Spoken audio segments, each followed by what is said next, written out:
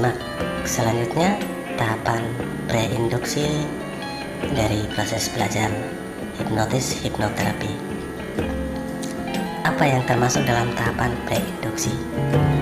Pre-induksi adalah sebelum kita melakukan induksi atau masuk ke inti dari hipnotis, kita harus melakukan pre-induksi. Yang pertama adalah building rapport. Building rapport ini adalah membangun hubungan, keterikatan, keselarasan, hubungan keakraban antara kita dengan orang yang dihipnotis, antara penghipnotis dengan orang yang dihipnotis, antara terapis atau hipnoterapis dengan klien atau pasien. Membangun hubungan. Berikut interview, kita melakukan sekedar tanya-tanya, tanya jawab, meminta informasi-informasi yang penting untuk kita ketahui, menunjang dalam proses terapi antara terapis dengan pasien atau klien. Setelah menginterview, kita dapat mengeksplor klien modalitas. Apa yang maksud dengan eksplor klien modalitas? Yaitu mengeksplor modalitas dari klien. Yang termasuk dalam modalitas adalah indera kita. Jadi bagaimana visualnya, bagaimana audionya, bagaimana kinestetiknya. Ada 3 hal penting ini. Kinestetik itu bisa dari kulit, dari pergerakan, dari hidung, dari mulut. Jadi Mbak Indah sudah tercakup di situ. Dan yang dimaksud dengan modalitas adalah jika visual klien tersebut suka atau yang tidak sukanya yang mana. Tentang visual itu terang atau gelap atau redup, sesuatu yang berwarna atau yang tidak berwarna, itu visual. Sesuatu yang bising atau noise berhubungan dengan audio, atau sesuatu yang berbau, atau bahkan sesuatu yang terasa pahit gitu. Jadi tingkat modalitas, kualitas dari fungsi indera. Yang berikut hipnoterapi training. Jika mereka klien kita masih awam, masih belum tahu jelas tentang hipnoterapi, maka kita akan melatih gini loh hipnotis dan hipnoterapi itu. Nanti akan dibayangkan begini caranya, seharusnya harus begini tujuannya. Jadi ada latihan-latihan awal yang kita ajak pasien untuk melakukan agar dia bisa memahami beginilah hipnotis dan hipnoterapi. Kemudian lanjut dengan suggestibility test. Tidak semua orang bisa disugesti.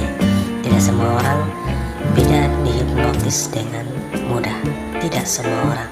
Ada yang sulit dihipnotis, ada yang antara sulit dan mudah, dan ada yang sangat mudah untuk dihipnotis dan bisa diberi sugesti.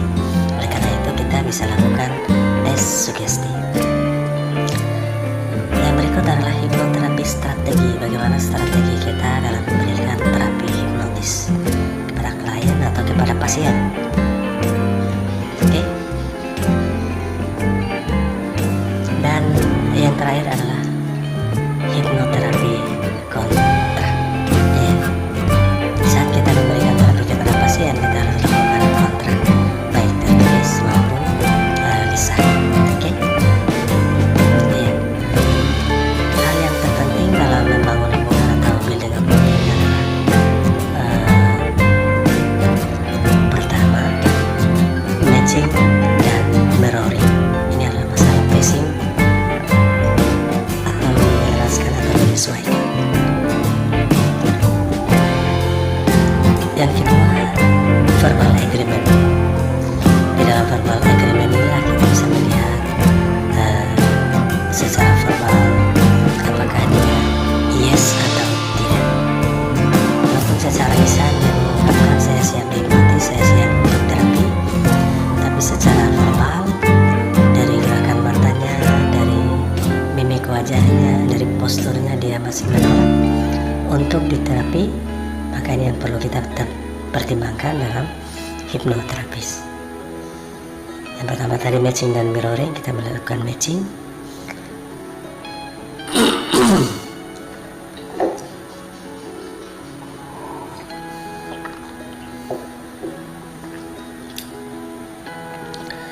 Matching dan mirroring dalam proses pacing. Pacing itu adalah menyelaraskan, menyesuaikan. Di dalamnya pacing ada matching dan mirroring. Matching itu bisa menyesuaikan gerakannya, menyesuaikan kata-katanya, menyesuaikan kosakatanya, nada suaranya, desakan napasnya, dalam dan tidak dalamnya, proses bernapasnya, tatapannya. Kita mengusahakan semaksimal mungkin untuk matching dengan klien atau pasien. Dalam mirroring itu adalah gerakan dan kita mencoba untuk memirror. Awalnya tadi dia menggerakkan dan kita mengikuti, dan saat mirroring kita yang bergerakan atau kita yang sebagai pengendalinya dan melihat responnya apakah dia sudah ikut atau belum. Misalnya pada saat matching dia mengangkat tangan, dalam hitungan beberapa detik kita angkat tangan lagi. Kemudian dalam proses matching juga dia melipat kaki, dalam hitungan beberapa detik kita menyesuaikan dengan melipat kakinya, walaupun tidak harus sama persis. Kemudian dalam mirroring kita yang coba untuk mengangkat tangan dan melihat reaksinya, apakah dia sekedar mengangkat tangan atau tidak merespon sama sekali. Setelah matching dan mirroring sudah oke dan sudah yes, baru kita mulai menyimpulkan bahwa pacing kita sudah mulai oke. Sehingga selanjutnya kita akan melakukan leading atau mengarahkan atau membimbing.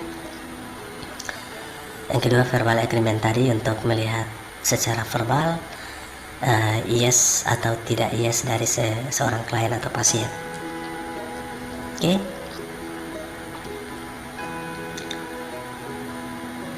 Yang berikut adalah data klien yang perlu diperoleh. Yang pertama adalah minat dan orientasinya. Kenapa minat dan orientasinya? Minatnya apa dan orientasinya apa? Saat dia mau dihipnotis dan hipnoterapi, apa minatnya? Untuk lebih pintar berbicara, atau untuk menghilangkan rasa gugup, atau untuk hypnoslimming, atau untuk langsing? Apa orientasinya? Orientasinya adalah tujuan akhirnya agar dia lebih percaya diri. Tujuan atau outcome-nya. Kemudian data pengalamannya. Pasien ini sudah pernah di terapi atau belum? Siapa yang terapi?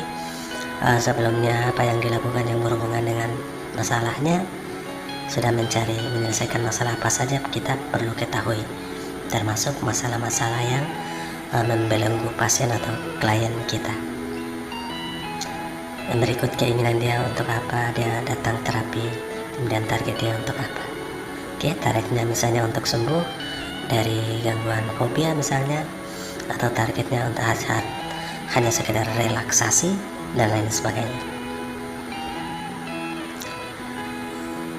Pada hipnoterapi model pembelajaran ada 5 hal penting ini yang harus dikuasai.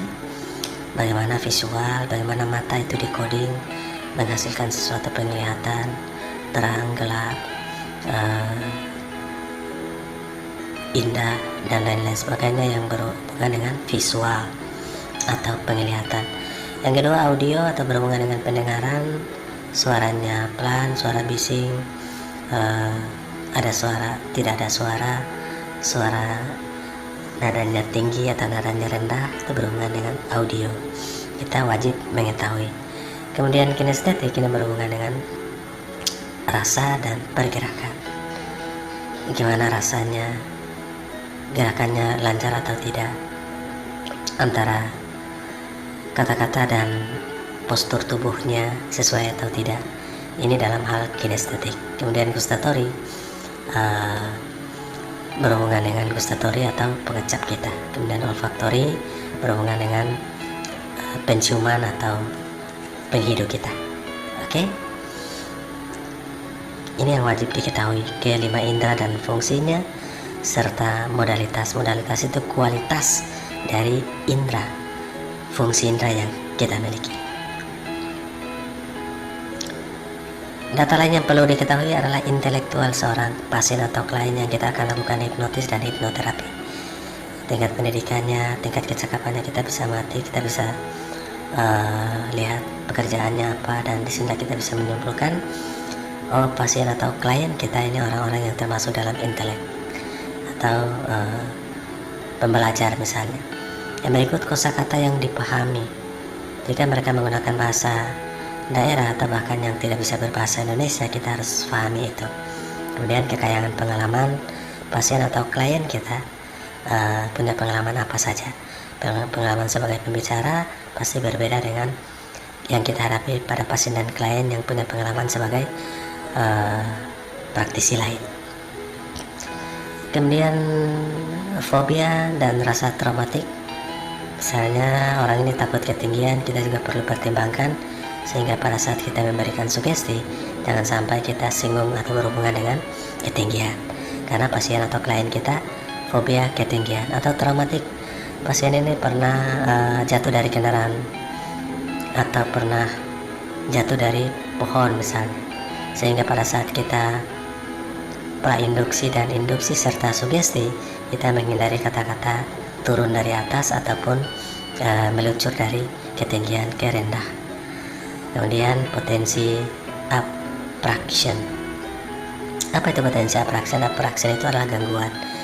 Di saat hipnotis hipnoterapi bisa terjadi gangguan, mungkin tremor atau gemetaran atau suara kesurupan. Itu sudah masuk ke dalam potensi abstraction. Ini kurang N-nya. Oke, yang harus dipahami klien, hypnosis state-nya, state tingkatan-tingkatannya, kedalamannya, relax sampai ke hipnotis paling dalam ini perlu dipahami oleh klien atau pasien.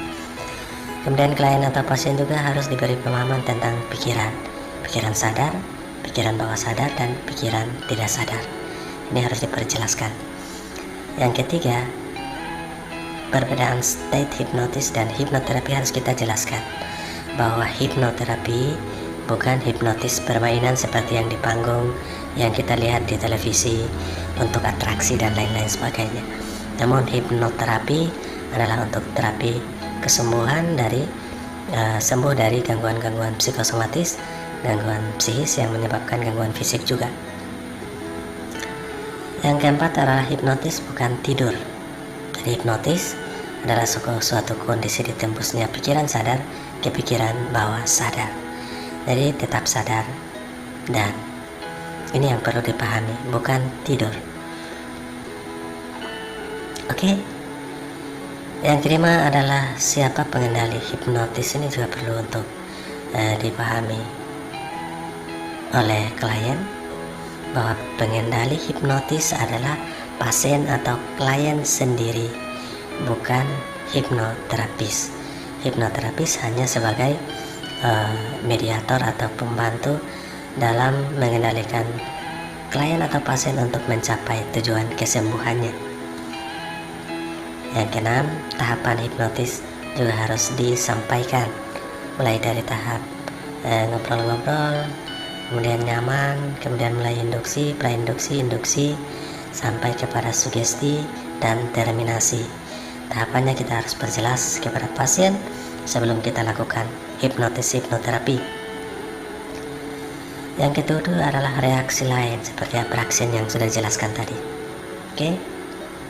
8 adalah yang lain-lain yang perlu klien atau pasien ketahui, wajib disampaikan. Oke, kesepakatan kontrak yang tertulis bisa juga tidak tertulis. Ini untuk mencegah hal-hal yang berhubungan dengan kode etik dan hukum atau regulasi serta praktek atau malpraktek.